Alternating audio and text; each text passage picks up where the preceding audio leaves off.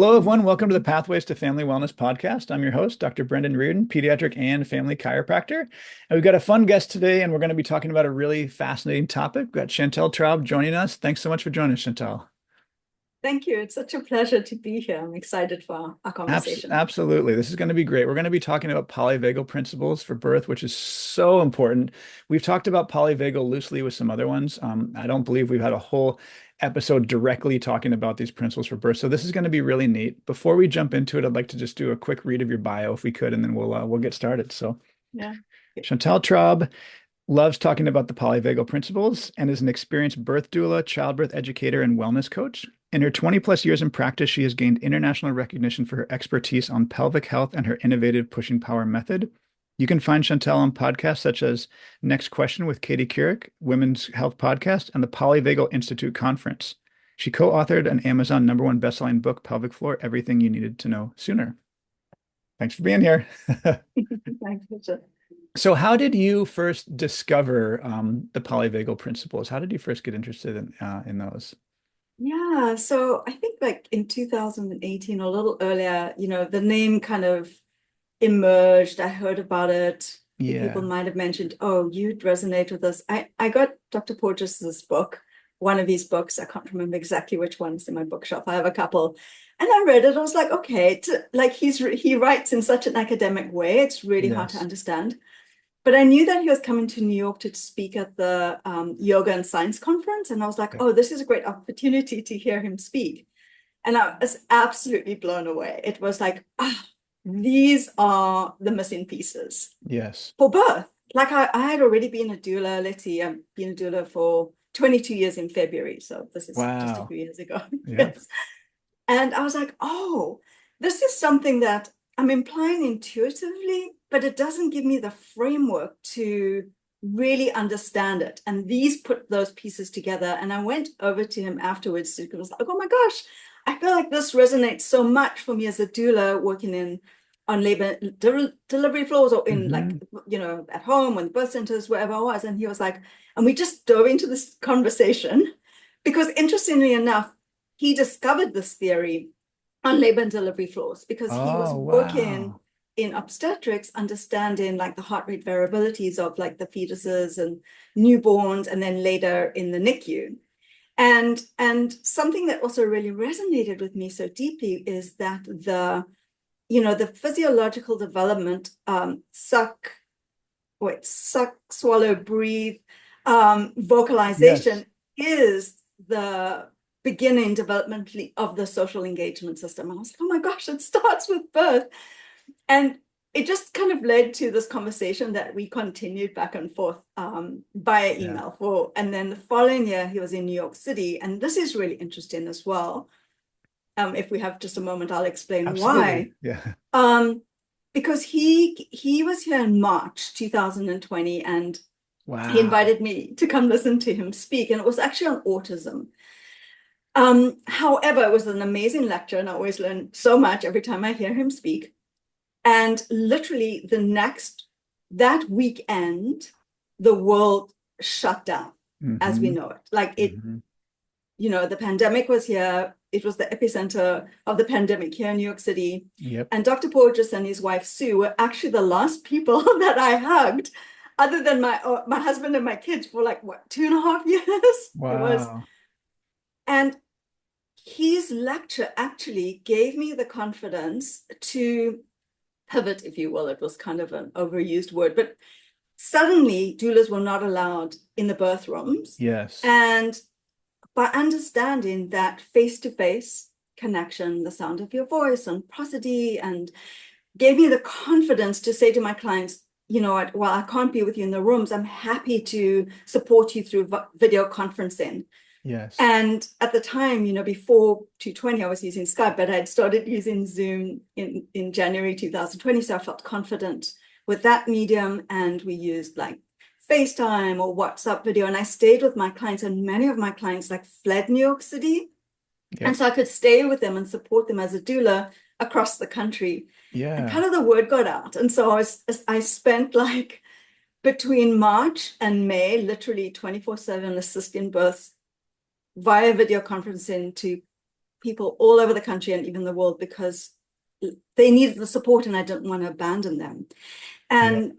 And I took that originally, just that from polyvagal principles, and then just dove deeper and deeper into it. And then, I found his work inspired me so much with my practice as a birth Yeah. worker and parent and so on.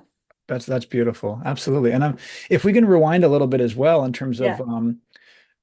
this is something that I think many of our listeners have heard somewhat about, but I think a lot may not be familiar with this at all. So what is, in just a broad sense, what is polyvagal? Is it anatomical? Is it theoretical? Is it all of the above? What is it? You mentioned Dr. Porges. He's the one who has discovered and created this, but we can give a big overview. I think that would be great for people to understand. Yeah.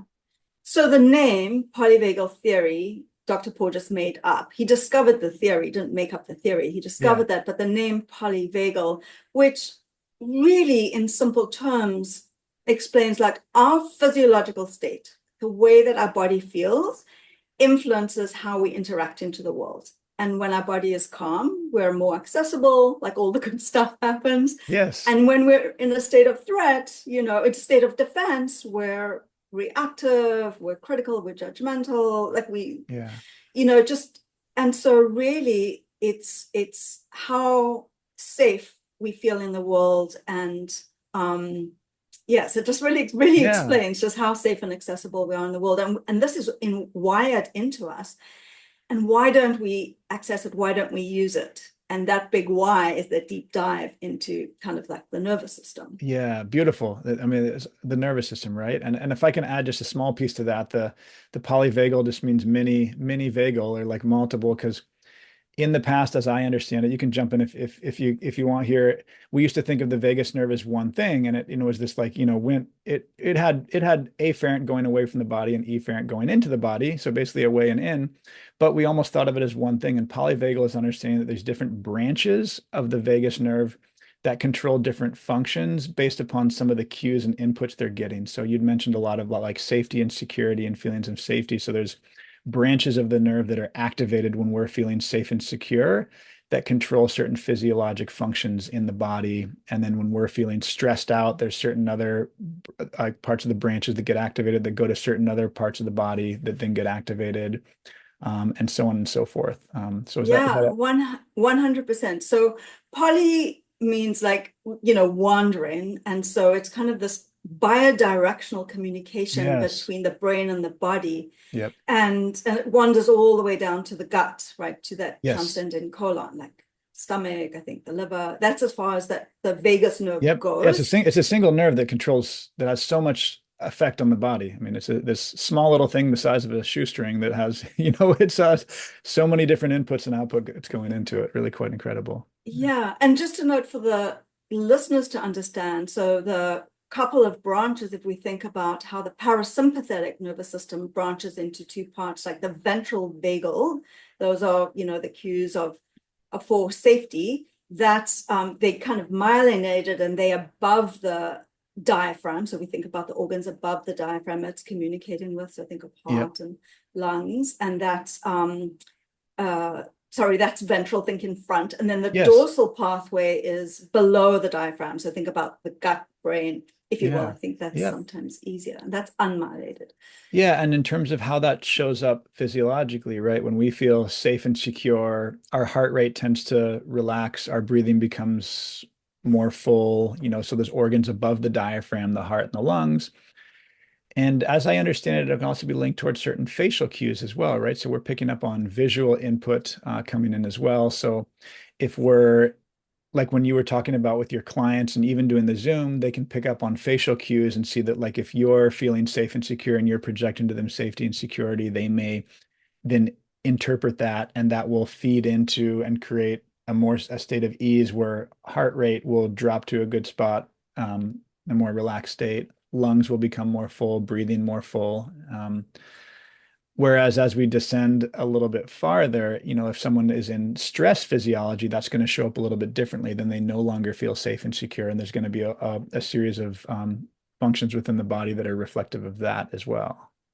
Yes. And that's actually why I was never been a texting doula, maybe just for coordinates, like this is like where we, just coordinates, but I've always been ideally face to face, so in person or through the video conferencing, Hmm. or even on the phone as opposed to texting, because you can miss so much in texting.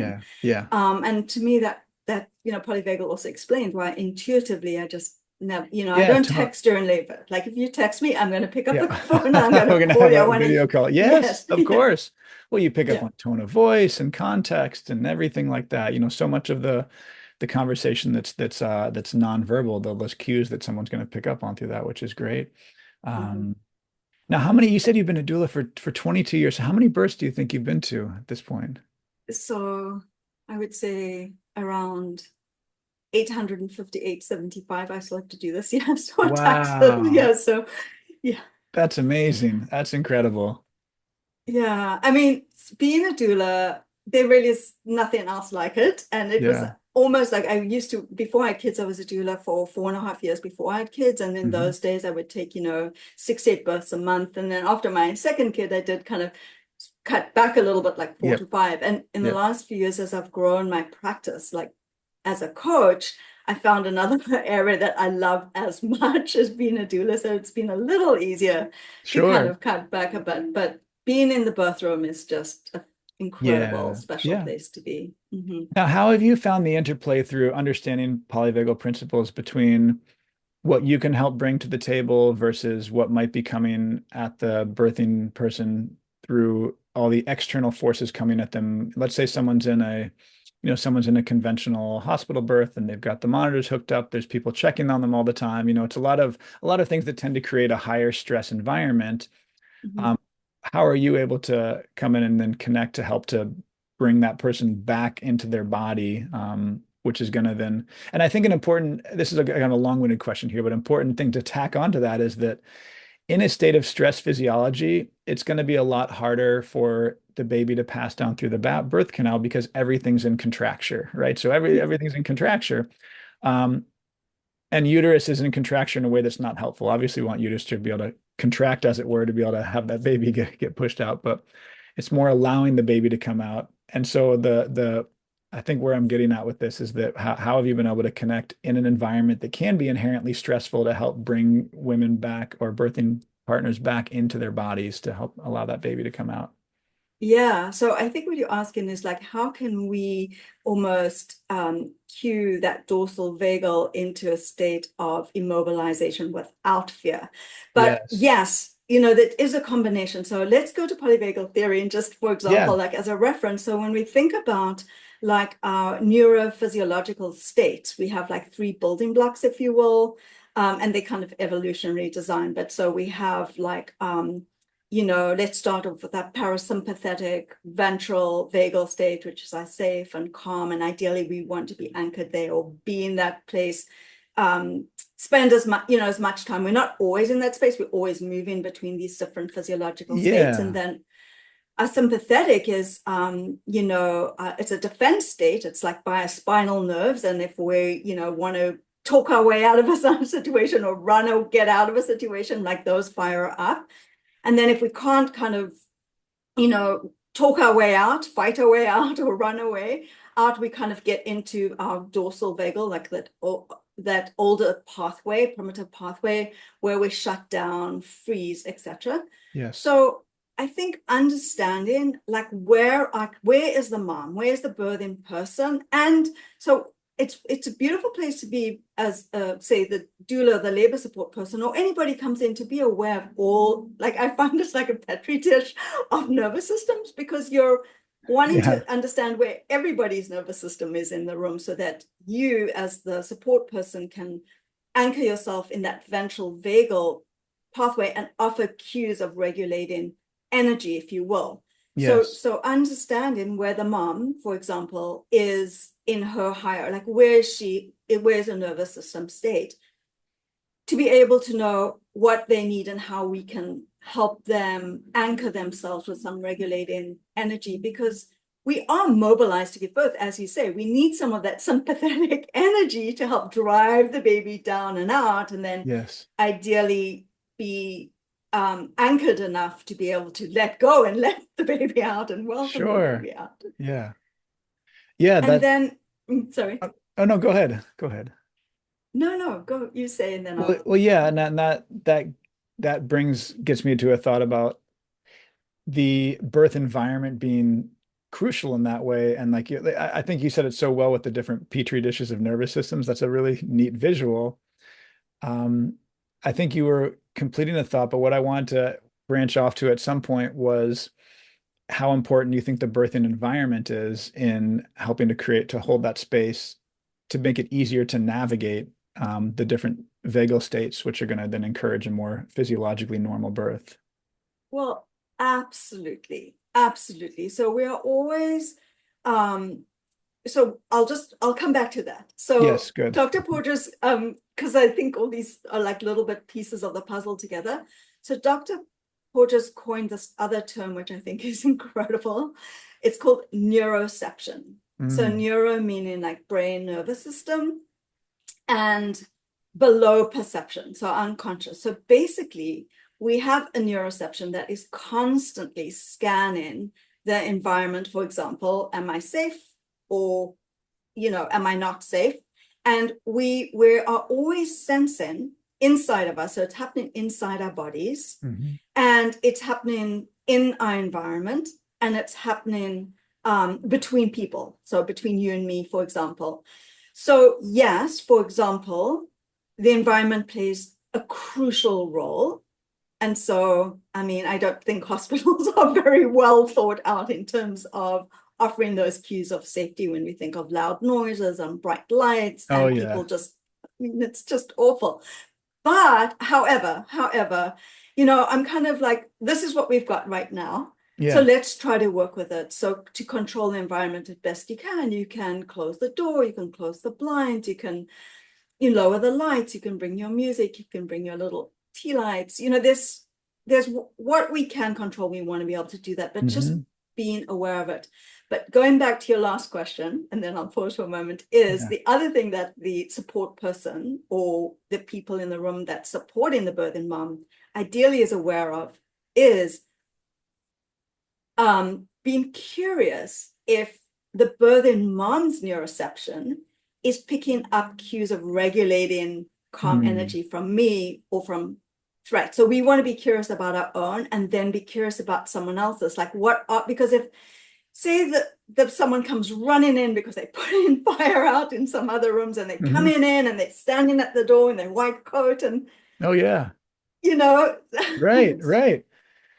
Well, and feeling the big concept seems to be feeling safe, right? With like social connection and cues of safety. Those two seem to be really cornerstone for polyvagal for that activation of the ventral vagus, is that feeling safe and social connection, which helps people to feel safe.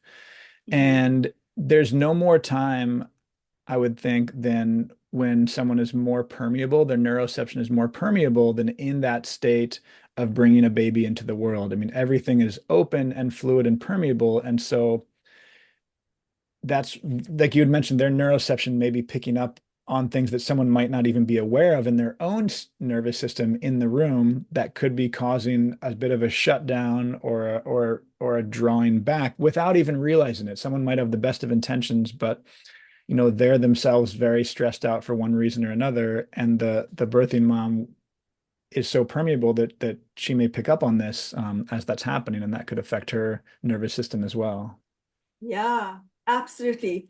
And to make this even more interesting, Yeah. is that our nervous system, our personal nervous system, gets shaped by our early experiences. So if we have had, say, adverse childhood or some trauma, then our neuroception can be tuned Yes. to habitually in a state of, say, um, in a state of uncertainty, like birth is, to Yeah. be tuned a little bit more towards defense. And then we can misread cues. Um, Ah, and so we don't see exactly, our ears kind of shut down. We don't hear everything someone's saying. Someone can look more threatening when they might just be scared. Sometimes there's like a student in the room, like a yeah. medical student, and you think like, oh my gosh, are they annoyed or they're just interested and they're just scared they've never seen Yeah. someone and Yeah. what are they giving what are they giving off Yeah, so they're stuck in their own internal state trying to sort that out, and they just don't realize that, yeah, yeah, that's just it. Yeah. so there's so many layers, Sure. um which why I find this so exciting. um Absolutely. mm, yeah. And you said you've assisted with births in hospitals, birth centers, home births, across the board, you name it. Yeah. Yes, yes. And I think this is applicable to all because Hmm. even in a home birth environment, right, we bring our own nervous systems to Yep. birth. We don't have someone else's. You show up at birth with your nervous system. And so knowing, first of all, for the support people, knowing your triggers or your defaults, if you will, to anybody, could be anybody. And then how can you kind of come back to a more anchored state? And then for the birthing moms, ideally, we learned this in high school. No, that we learned this earlier on, just this understanding so that we have more tools to be able to use, so that we're not often running down those old familiar pathways.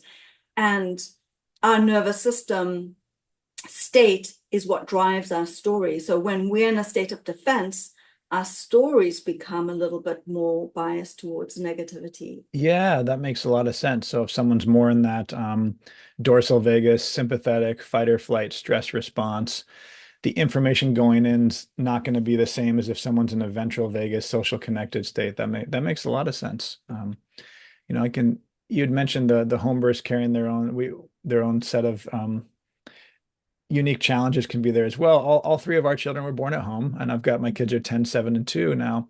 And it's interesting when I think back to our first one, and I'm like, wow, I think we were both really blindsided just by especially my wife, by the intensity of the experience. And in beforehand planning, she was like, this is going to be great. I want to have some of my friends over. I want to have parents over. She like wanted it to be, we want it to be this big, basically a party. And as the intensity of the experience ramped up, you could tell that that was not necessarily the right choice. Her two best friends are sitting on the couch observing what appears to be a lot of suffering happening. And they're not quite sure what to do. They can't help out. And it's kind of this odd dynamic. And I know that there was a lot of nervous systems in the petri dish. And I don't doubt that that shaped the experience in some way where it was for our third, it was basically just us, the midwife, and then the birth photographer, and that was it. And because going into it, my wife knew that it was going to be an intense experience, and she just wanted it to be a very like quiet and private and have a very controlled environment in that sense where it was just us.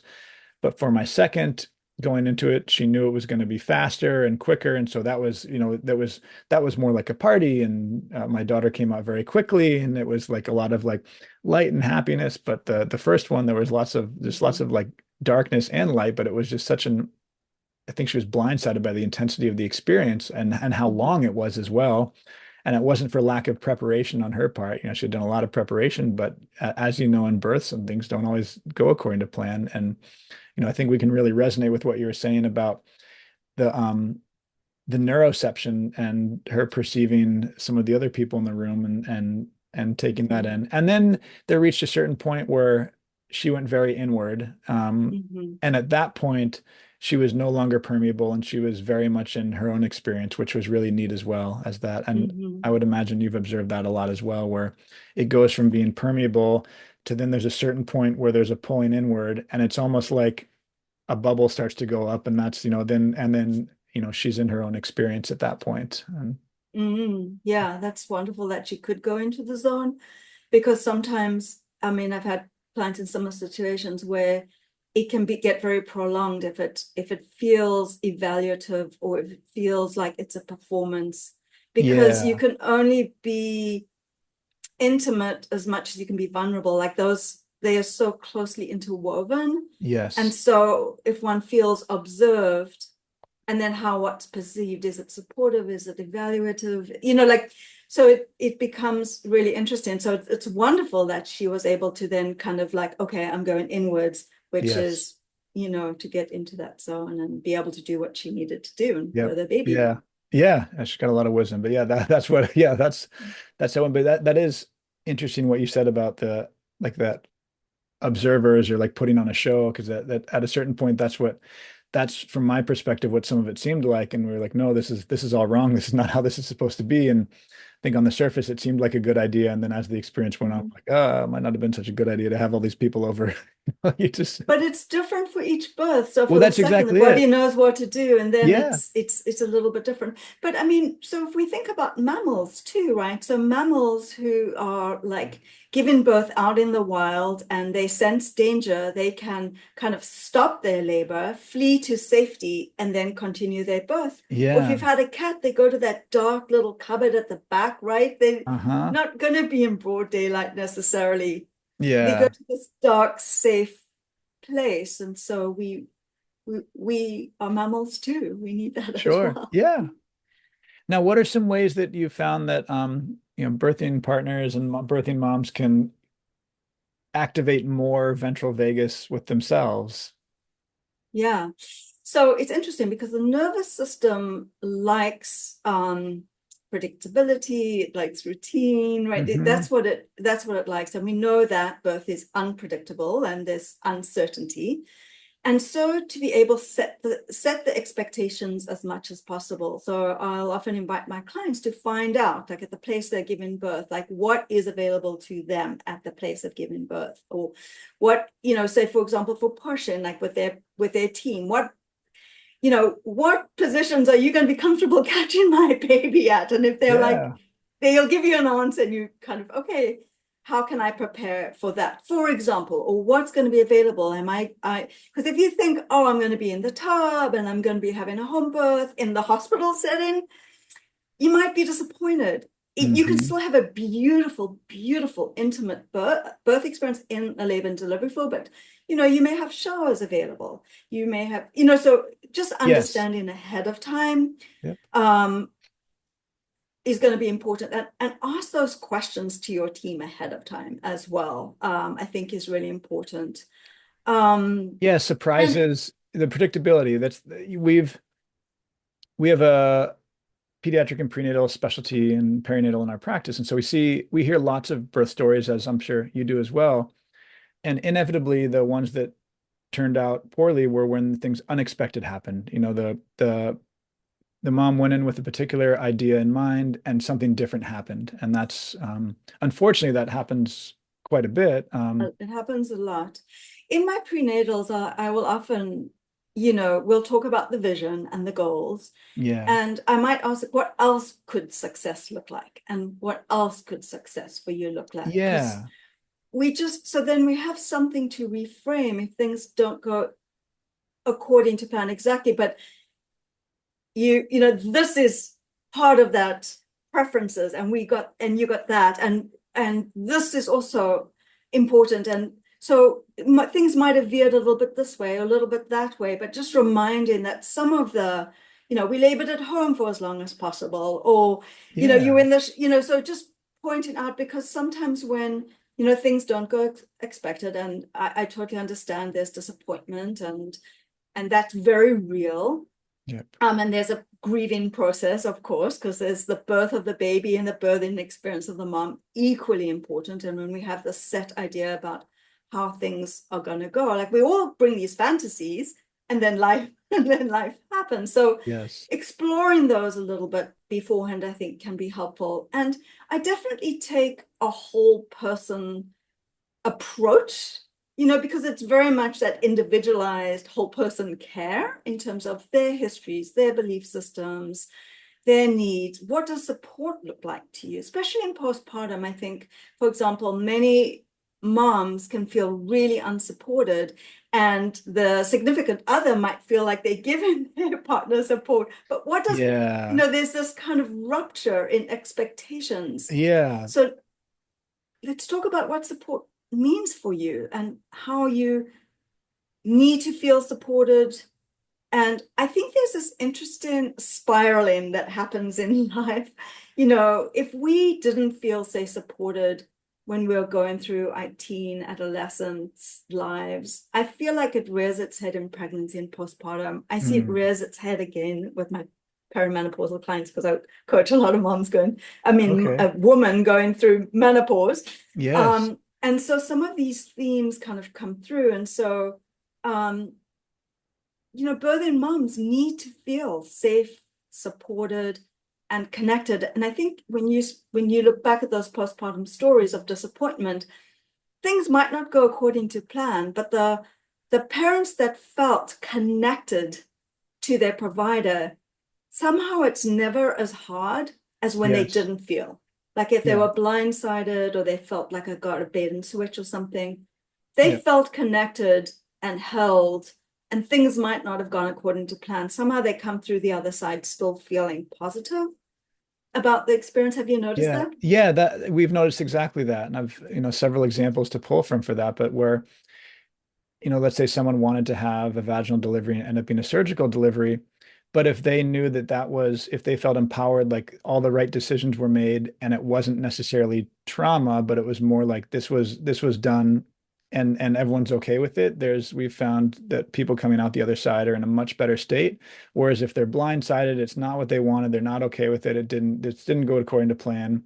And that's a very different interpretation of the nervous system afterwards. And we've certainly seen it go both ways in the practice. Mhm. And I that brings you back to the nervous system, because where was that their nervous system when those decisions were being made? Because that Yes. shapes the stories that come out of it. Yeah, So and it's really important when someone's processing these big changes that they are having the support to be anchored in that ventral yeah. vagal. Mm-hmm. And if there's trust and rapport in the providers and the support system, right? So if you're there, the providers, and they've already an established relationship, and so there's already a known social connection or feeling of safety with these providers, then any input that comes in that might be a deviation from the plan, if there's already trust established, will, I would imagine, be more likely to be received well and then afterwards be looked at well as well.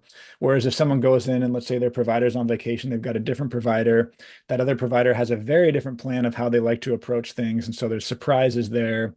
That other Mm-hmm. provider doesn't have good bedside manner. There could be a host of different things that happen, and then one thing leads to another, and someone feels like it was out of their control, and that was a very disempowering experience, and that's going to be much more Mm-hmm. likely to leave a lasting negative impact afterwards, for something like that. Yeah, it's so interesting how those things kind of build up and there are these ruptures that Yeah. happen. And I think like so here in New York City, even like say with the midwife teams, like if you choose a midwife, but they're big, they might be, 6 or 8 midwives in a Yep. practice, for Yep. example.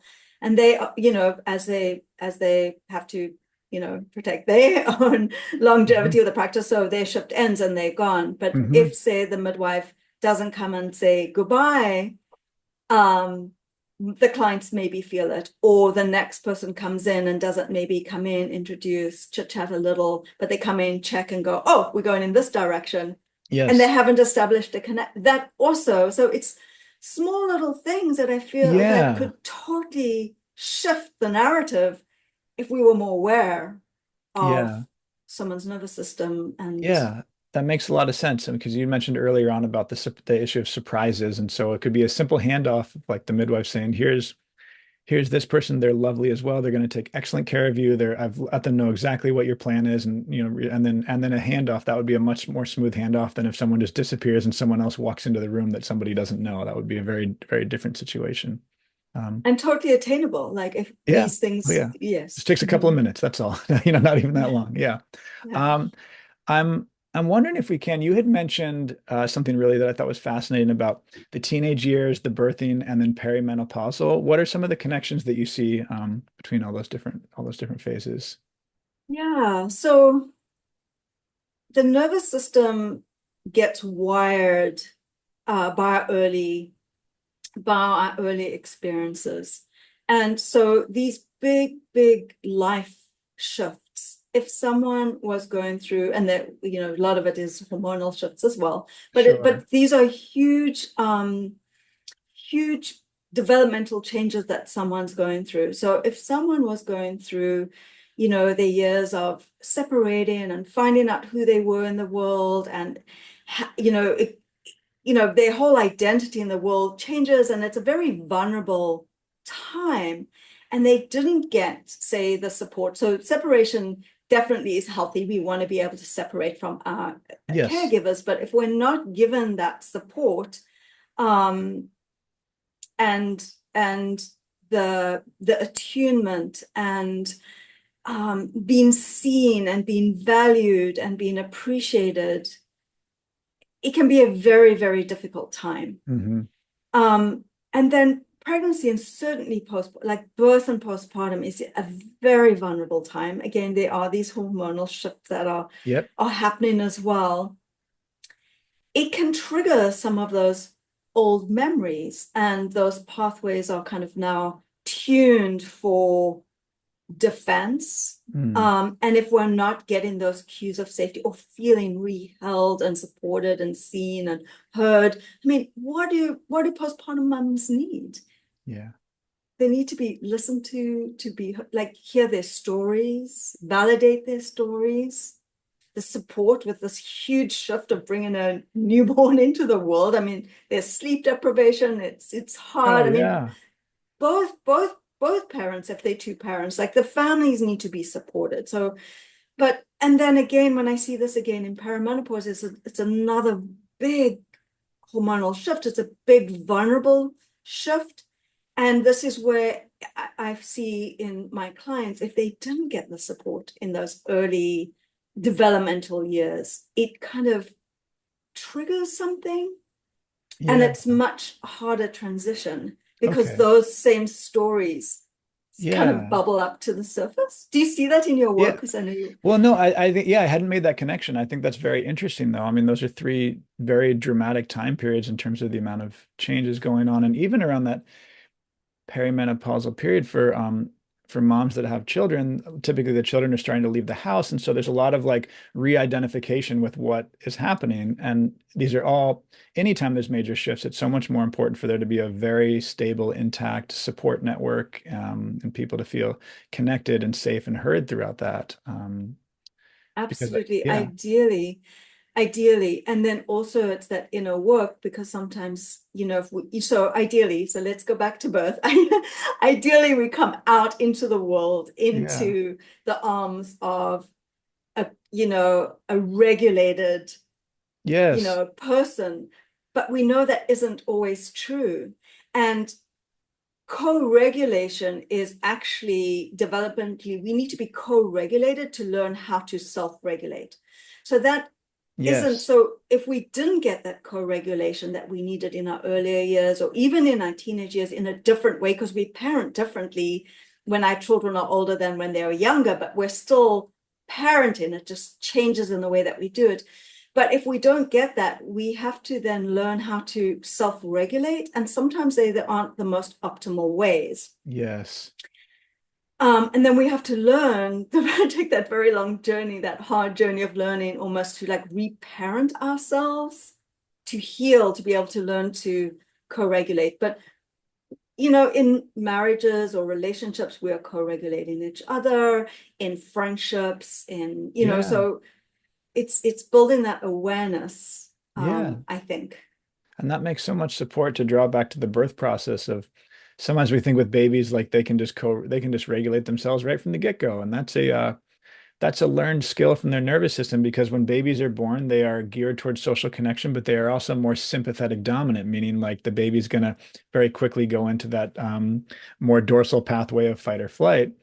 And so that's why it's so important for the developing brain for the baby to have that love and support, physical touch connection to help their whole nervous system to regulate itself because babies are more sympathetic dominant. That's like neurologically how they typically come into the world.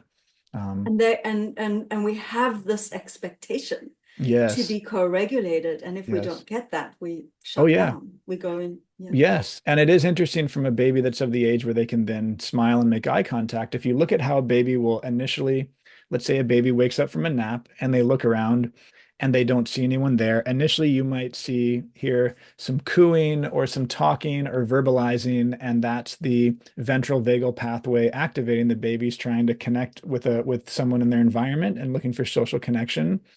If that doesn't happen, then you'll see the baby descend a level into the crying, very upset. Hopefully the baby's needs are met at that point, but if for Yeah. whatever reason they're then not met, then and it will ramp up quite a bit. The baby will get very Mhm. loud, and then at a certain point there will be a shutdown response, and people might Mhm. think like, "Oh, great, they just co-regulated," but it's like, no, that baby didn't.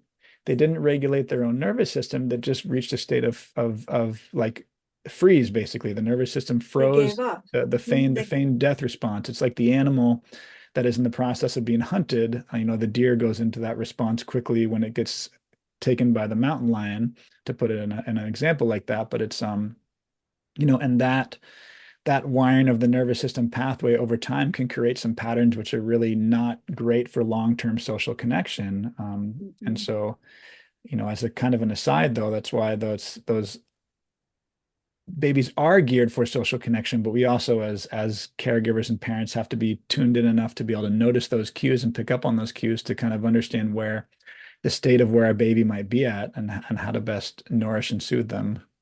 Mhm. Absolutely. I think it's so important, even for parents, as we become parents, is to be able to understand that. Because there's a very specific hierarchy in the way that we go, as you mentioned. So babies are sympathetic, and if they go, all the way down to like that dorsal shutdown, collapse, dissolve into themselves, they have to be able to come back to ventral, but you have to come back through a little bit of sympathetic to be able to Yep. come back to ventral. So Yep. Precisely. understand it. Yeah, you can be like, okay, snap out of it. Yeah. Yes. Yeah. It wouldn't work for me. I wouldn't think it would No, work it for you wouldn't. either. And Yeah. not for teen, not for anybody. It's like, and I think that's where we parents can fall into the traps. I mean, I certainly was raised, by maybe not necessarily a teen. So you hear, Sure.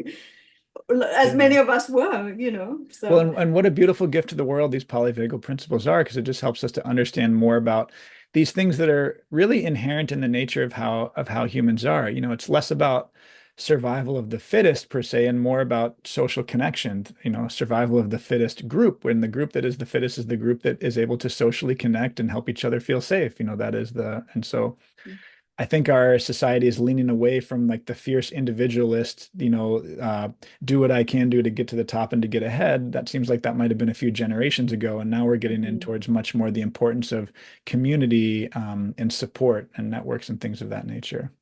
So, Collaborating. Yeah, yeah. absolutely. So we Yeah. appreciate the work that you do. Is there anything else that you think is good to impart to our listeners, before we head out here? Yeah, I think that, while, to all the listeners, because you could be like, oh my gosh, while we can't get back what that we didn't get, we can't get that back.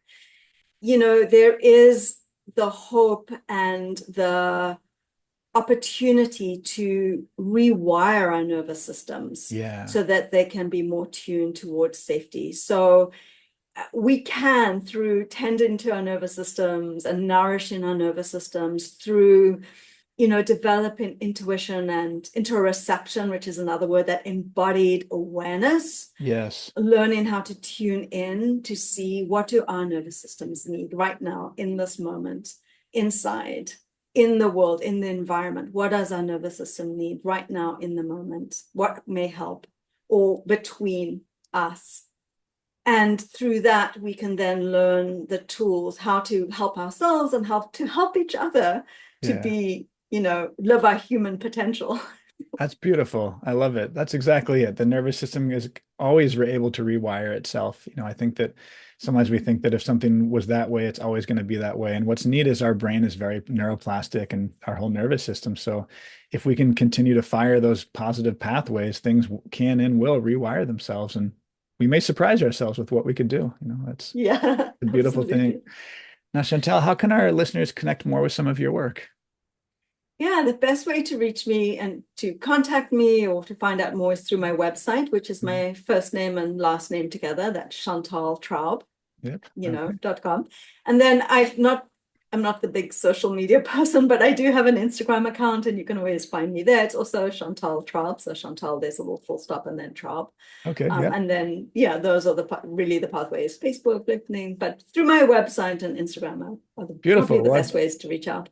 lovely. I appreciate it. And I appreciate I don't think we'd said we had an article in the summer edition of Pathways. I completely left that out in our introduction, but it was a great article about polyvagal principles of birth in that summer edition. I'd encourage our listeners to check out the paper copy, or you can read that online as well. And truly appreciate you joining us. I love getting a chance to speak about polyvagal principles and the nervous system and connection and all of these things. So thanks so much. Appreciate it. Yeah, thank you. This has been fun. It's been great to put a face to the name, and I've Yes. really thoroughly enjoyed our collaboration, with writing and now speaking. So, Yeah. thank you. It's really been Lovely. Indeed. lovely. Yeah. You're welcome. We look forward and thank you. We look forward to having you on again. Okay. Take care, Chantal. All right.